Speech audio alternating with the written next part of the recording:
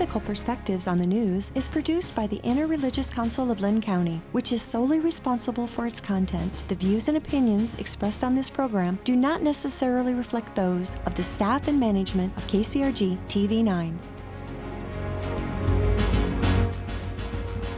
Good evening and welcome to Ethical Perspectives on the News.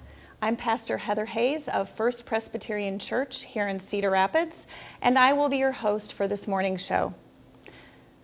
Adequate food, clothing, and shelter. These are some of the basic necessities of life that we hope all in our community have access to in Cedar Rapids and in the surrounding areas. Perhaps especially as we head into these months where the summer turns to fall and we anticipate colder weather, we began to become aware that the basics aren't always accessible to all members of our community. But solutions to something as simple as having shelter and a warm place to stay for the night for people of all income levels, and that they have the ability to obtain that and remain in that stable housing environment, isn't always as easy to obtain as we first might imagine. The issue of affordable housing in Cedar Rapids is a perennial one, but this summer it came to a head with a controversy surrounding the Crestwood Ridged mixed income development proposed for some land along Edgewood Road. Here with me this morning to untangle some of the issues are Scott Olson, who is a member of our City Council. Thank you for joining us, Scott. My pleasure. Phoebe Trepp, who is the Executive Director of Willis Ad Shelter. Thanks. Welcome, Phoebe. And Lynda Waddington, a columnist for the Gazette. Good morning. Good morning, Lynda. Thank you all so much for joining us. And I thought we would begin very quickly with a little bit of an overview of how affordable housing and that understanding has shifted over the years. Many years ago, when I was in school in Chicago, I used to do a lot of volunteer work with what was at the time called the Projects, Cabrini Green. And that kind of concentrated low-income housing is a model that over the years there has been a shift away from. So I thought we'd talk a little bit about what affordable housing looks like in the Cedar Rapids area today. Somebody want to jump in with that? Yes. Sure. Yeah, I can start by giving a little explanation about what that means, what the words mean. So often when people are talking about affordable housing, they're talking about housing that someone can live in without paying more than 30% of their own income on that housing.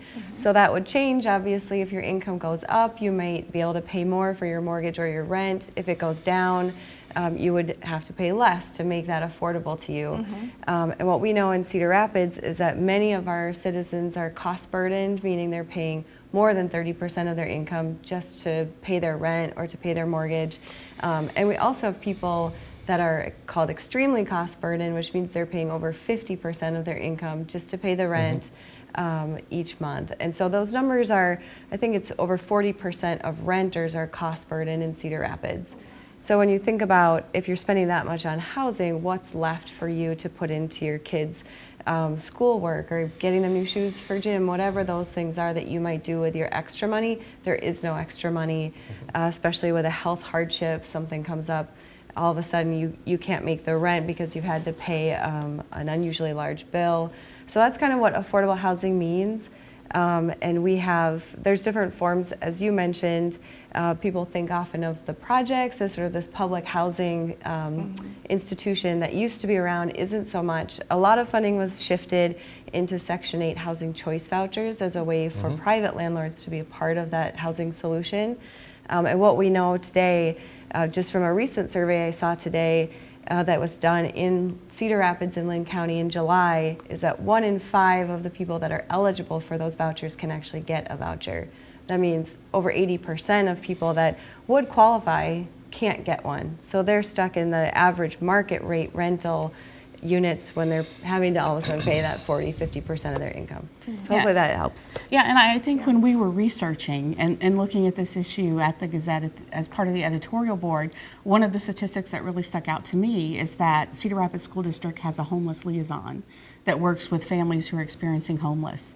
Last year in the Cedar Rapids School District, there were over 600 students that were homeless. And I don't think that's something that we always see in our community. So it's not kind of in your face as it is in some other areas of the country, but it is an issue here in Cedar Rapids. Well, and I'll follow up a little bit. Could you speak a little bit more so our listeners can understand when you're talking about 600 homeless, what that looks like in a child's life? You have, honestly, families who are on the street. You have families that might be in shelters, emergency services shelters. You have families that might be living in hotels. You have families that might be couch surfing, going from a relative's home to another friend's home and sleeping on cots or couches, or whatever they can find to sleep on. But what we know is that when students are going through school like that, they perform much worse than their peers, even their peers that are also in poverty. So they are really, scraping the bottom of that academic barrel. And I kind of find that unacceptable to think that we have that many kids here in Cedar Rapids with all the wealth that we have in this community that aren't getting a fair shot at having reached their potential. And if I can add a little to those numbers, Lynda mentioned the school numbers, but when you look at just the general homeless population in Linn County, well over 1,000 people were in shelters last year. And that's just looking at the emergency shelters. A lot of families often don't come to shelter because they are doubled up, living with a friend, a sister, an aunt, and moving next to next to next. So, but in the shelters, we saw more than 1,000 people that were literally homeless, nowhere to go on a given night in the last year here in Cedar Rapids, Linn County. Okay. Well, thank you for those. Well, I guess I don't know if I want to say thank you for those statistics because those are not very good statistics for us to be learning about, but hopefully that will help us know what a pressing issue this is. So let's talk a little bit more about the affordable housing process, I guess. You said only 1 in 5. Is that a bottleneck due to the amount of money is available, or is it the bottleneck maybe with the amount of housing available? Yeah, that's a great question. There's the 1 in 5 refers to how many Section 8 vouchers are available, so how much funding has come into Cedar Rapids to be designated for Section 8 vouchers. But the affordable housing process, often when we have clients that come to shelter or call for services, we have people that might not want to leave that, that couch that they're on, but are calling because they really need a different alternative. When they come to us, we meet with them to identify their immediate barriers, whether that is that they lost a job, healthcare issue, whatever it's going on, so we know how to best kind of fill that gap. We work very closely with all the other shelters in the community. We work with shelter services to coordinate what's the best service for each individual. So once they've met with shelter services and done an application, they would go forward with rapid rehousing. It's a lot of terms I don't want to get all caught up in, but it's short-term financial assistance that can help a family typically from 1 to 3 months pay for rent just to get them out of the shelter and back into housing. Often we're using market rate units and not affordable units. So we're working with landlords, private landlords, some housing, public housing facilities, senior housing, anywhere that we can go, anywhere. Because our goal is let's get you housed as soon as possible, regardless of the situation, because we know that homelessness causes more crisis, more instability, some of the educational problems you mentioned. So often we end up admittedly putting someone in a situation that really isn't ideal long term, but it gets them out of the shelter, which is better than being in a shelter. Does that kind of help explain where we're at? The lucky few, less than 1% of our clients had a voucher. Those are the lucky few that we think, yes, we can actually find this person housing where they can stay for years to come. And one of the biggest gaps is really the deposit and first month's rent you have to pay. So you're looking at 2 months of rent up front. If you're already paying over 50% of your income, there's no way you can come up with another 50% for the deposit. Yeah. And Scott might be able to speak to this as well, because the city did a housing survey. Yes. And one of the things it said is that Cedar Rapids by the year 2020 is going to need another 4,100, I think, units of housing. Wow. And I think what's happening is that, I've had the opportunity over the years, both as an architect and in the real estate business. I chaired the Affordable Housing Commission for 9 out of the 10 years we had one. We don't have one now, which is unfortunate. But, because we work together, because the resources have dwindled. Federal resources, vouchers, all the different types of programs have dwindled. But in the reverse side, we have, if you look at the current housing studies across the board, we have a very low vacancy rate. And so landlords can find market rate.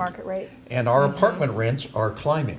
Now, they're starting to climb because more people want apartments than buy homes. That's the millennium trend. They want to try it out before they make a commitment. They want to try out a job. They want to rent. So what's happening is we have this demand for apartment living, and it's driving the prices up.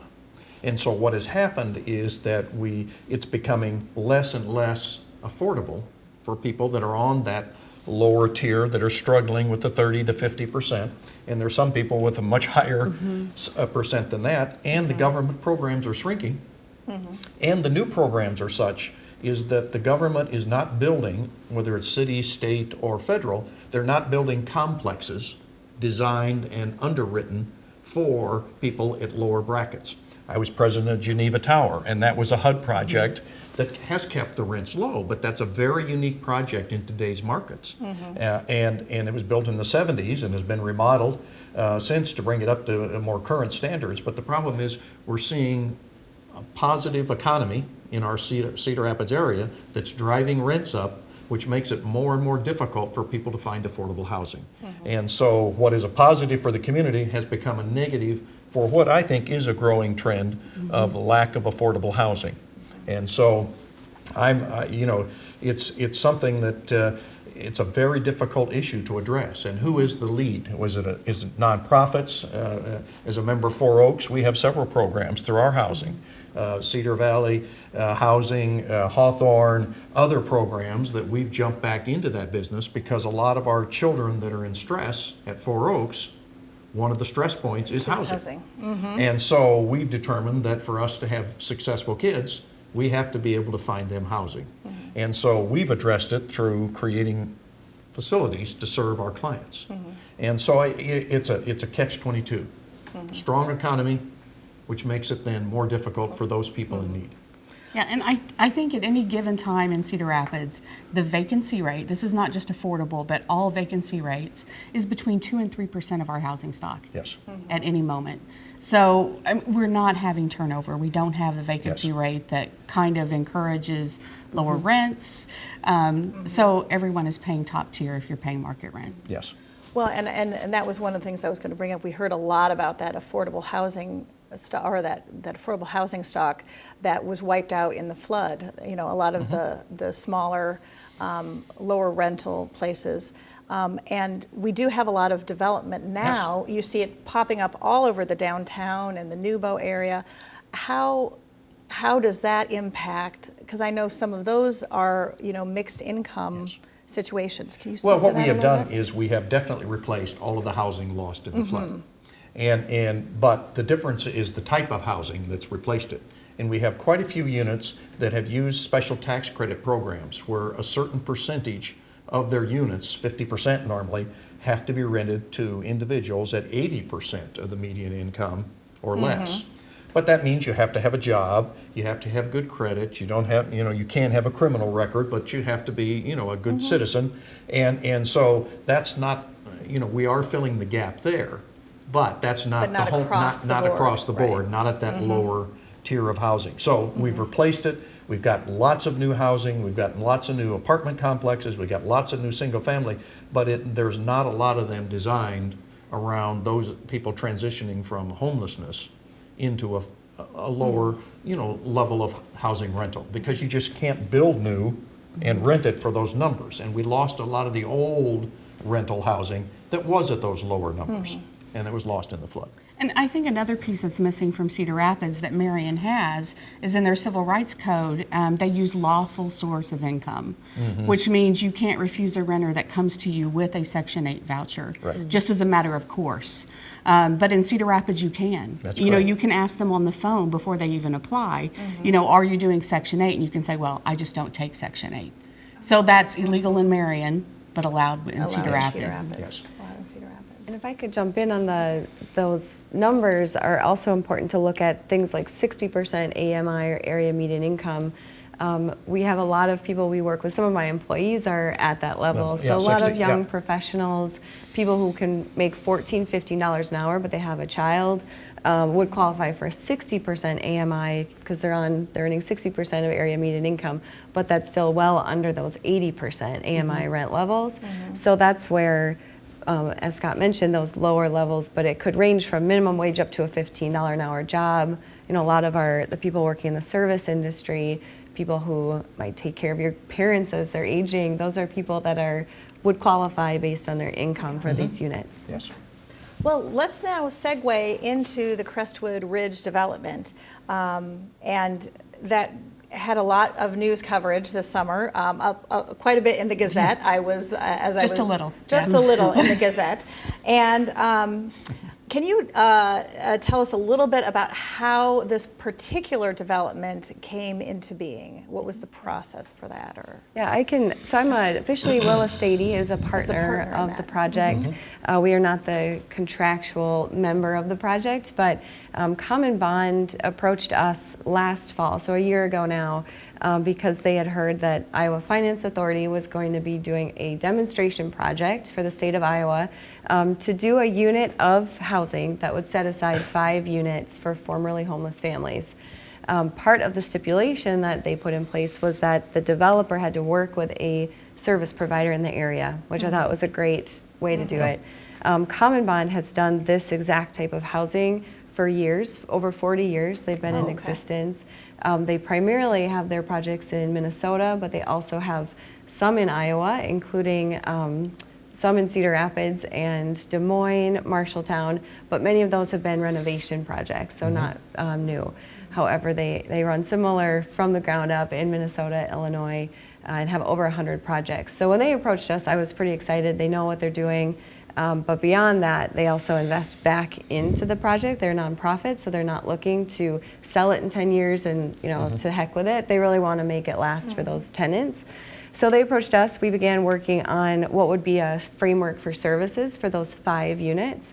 And then they approached the city to look for sites that would be appropriate. Really wanted a site that was in a nice neighborhood, residential, on a bus stop, close to schools. So the Crestwood Ridge site was identified as a future land use was meant to be multifamily. So it really fit into the scheme of what this project was intended for. We put in a joint application right after the first of the year. It was very close to the first of the year.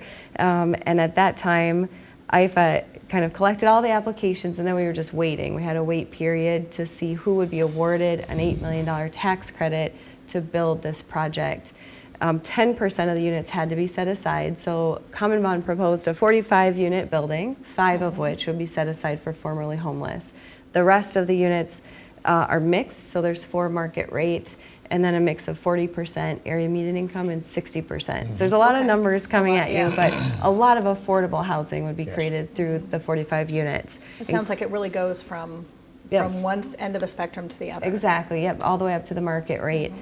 So at that time, we held a neighborhood meeting to see what the thoughts would be. I attended that. There were some questions about traffic and water. We had no idea at that point if the money would be awarded. So at this point, we were all just putting our time in and sort of hoping we would get this funding.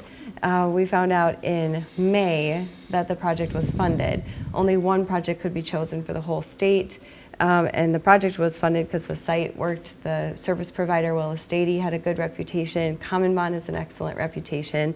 At that time, we went back to the neighborhood and tried to address the concerns that had come up with water, traffic, and some questions about who would go to the school. But in the meantime, they had approached planning and zoning because they had to get it rezoned in order to build, and that was prior to being awarded the funding. So we found out about the funding, went back to the neighborhood, and now we'll approach City Council on the 25th. So coming up on Tuesday. Right around the corner. Yes. Right around the corner. Great. So hopefully that gives you some timeline. Some timeline for that. So, but we do there are questions and concerns, and it sounds like you've begun that process in the neighborhood. one of the concerns that I saw got some column inches was concerns about what it meant to have support those 5 formerly homeless families or individuals in those apartments, and what it meant to have supportive housing versus just an affordable housing situation. Can you speak to a little bit about that? Yes, that's one of the most kind of innovative parts of the project, is that the 5 formerly homeless households would have access to an on-site case manager. So one of our staff, that's where Willis Ad comes in. We don't own any of the property, we don't manage the property, but we would provide a case manager on site throughout the week to work directly with those families. The goal is just stabilization. So it's really working with whatever needs you might have. It might be that you've always wanted to go back and get your degree and never quite knew how to navigate that. So we'd work with you on that. It might be that you haven't been a leaseholder for a long time. You don't quite understand how your lease works, when you have to pay rent, how to maintain your unit, what you do versus the property manager. We would help you with that. So any sort of anything that would help you stabilize in housing, we would be there to provide services at no cost to those families. That's one of the benefits of the project, is that it actually provides these holistic services without charging or asking the city for funding to do it. So as Scott mentioned, it's difficult. Sorry, Yes, you're that's good. right. We have to change I moderator. don't like, we can, I think one of the maybe it isn't as well known locally, but that's kind of been a national push. So we used to put people in housing only after they had been able to do certain things in their life. So we want you to have your children in school, or whatever stipulations we might put out there, and only then are we going to help you get into housing. Well, that's kind of been switched, because what we found out is that it doesn't work. So now the switch is put them in housing first, then we can deal with any of these other challenges. But let's get them stabilized. Let's, let them kind of calm down into a certain place so that we can help them, better themselves. Well, so I have a couple of questions. Looking at, you have two different, I guess, interests in the area. So what in your opinion would be the responsibility that our community has to listen to those current neighbors of this this complex, in terms of addressing their concerns, and are there different ways in which you can envision that being a shared process amongst the neighborhood? yeah, I think that's a really valid concern. Obviously, there's been a lot of people who are not excited about this project, don't want it in their neighborhood. And so I think what's really important is to really listen to what they're saying and try to address those things, because that's all we can do. We can't really dig under everything else that might be meant or anything like that. But if people are concerned about the traffic, we have really good information about traffic. If people are concerned about water runoff, excellent work has been done by the city to talk about water runoff. If they're worried about lowering property values, we have a lot of information that shows property values will not go down. So all we can do, I think, is really listen to the concerns and provide the best information possible back. And I will say, I've had neighbors approach me and say, I will not welcome those people in my neighborhood, so why would you want to put them here? And I guess I don't want to operate based on fear. And I think what I can say is, I think if I'm working with a family and they choose to live in Crestwood Ridge if it gets built, then they've made that choice. And I believe that the neighbors will see that they're not scary people. They earn less income than the average person. But there's a lot of people on that side of the fence that earn less income than the average. Half of them earn less. So I think I definitely have hope that if the project gets built, I do believe the neighbors will see these are not scary people. Their kids attend the school I attend. But I can't, if somebody feels, I just don't want them here, that's not an argument I can win. All I can say is, here's the data we have. Here's the excellent reputation. If you're going to have a builder in your neighborhood, you probably want it to be Common Bond, because they're excellent. So. Yeah, and I can say, as the Gazette, when we did research on it, we looked into Common Bond, and I called Des Moines, I called Waterloo, I called St. Paul, I called Milwaukee, I called Marshalltown, all these different communities, and nobody had a bad word to say about them. I actually kept expanding that circle, because nobody would tell me anything about Common Bond. But when we pulled emails that were sent to the city before the Planning and Zoning Commission meeting, we actually found one email from a local resident. And the gist of that email we actually printed in the paper was, I do not want low-income and homeless people outside my front door. And I agree with Phoebe. You know, how do you counteract that sentiment? Because we know that traffic is not going to be an issue. We know emergency services are not going to be an issue. We know the water runoff is actually going to end up being better than it is now. So when all of these very valid and legitimate concerns have been answered, you're basically left with a bunch of people who say, I don't want this in my backyard. And that's when you look to maybe the city council to show leadership. Oh, And here move we go. forward. Here we go. Here we go. Well, and actually, I think you're going to get off the hook here, Okay, because yeah, we're running out of Run time. So, well, I think the issue. Four minutes? Yes, I think the issue that has happened is the project got off on the wrong foot, in my mind, with that negative vote from the zoning commission. And the reason they did was they went forward before all the information was put together, and then information started getting out that was not correct. And a lot of that information has been corrected. In other words, they have addressed all of the issues that were requested. But the momentum has built in the neighborhood to the point where now we're talking super sized petitions. When you get petitions that total over 500 signatures, I've never had that on my time in the city council, where you have petitions with those numbers of signatures, number one. And in my case, that property is in my district, and the majority of those signatures are in my district. So I have a catch-22. I believe in the project, but yet I have a responsibility to represent the views of the neighbors. And even with all the answers, and I think the local groups and Common Bond have done their best to get the information out that they can solve all the issues, and that this is not a project it's a mixed use project. It is not like some of the old style projects where they packed a whole series of people into these areas. There's support services there. There's all the things necessary, and it's mixed income. That's what's happening across the country. And in some cities, they pass laws that mandate that for any new housing project. And so we're going to see more of those types of projects built. So the shame of it is we have two things occurring at the level. In other words, there was a lot of misinformation. Most of that has been answered, but the neighbors are still very concerned. We've not built a bond between the project and the neighbors.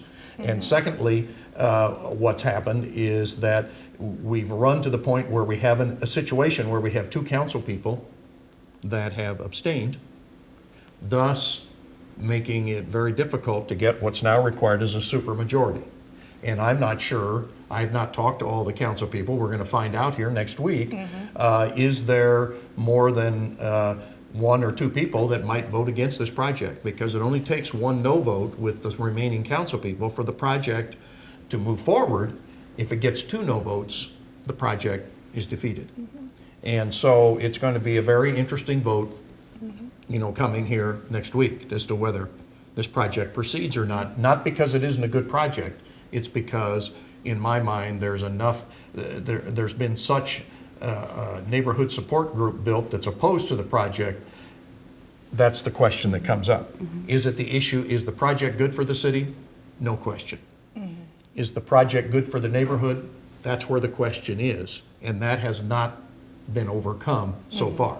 And hopefully we are getting positive letters supporting the project from neighbors, but they are small in comparison to the hundreds that have signed the petition opposed to the project. And so that's the debate that's going to occur at the city council level, and it's going to be a very tight decision. And there is a good chance that it will not receive enough yes votes to get it through this supermajority, and with two members abstaining already. Well, we'll have to be looking in the Gazette on Wednesday following. Well, this particular issue obviously has yet to be resolved, and Yes. Next week will be one vote amongst what will be a continued issue that will crop up in Cedar Rapids. The issue of housing in Cedar Rapids obviously is not one that is going to be quickly or easily resolved, as a balance is sought between the need for housing and the desires and concerns of current homeowners. I'd like to thank you all for your time and for your very insightful discussion here this morning, as well as thanking you, our listeners and audience, on behalf of the Interreligious Council of Linn County. This is Heather Hayes, and I invite you to come back next week when we will continue our discussion of issues-based ideas. Thank you, and have a great day.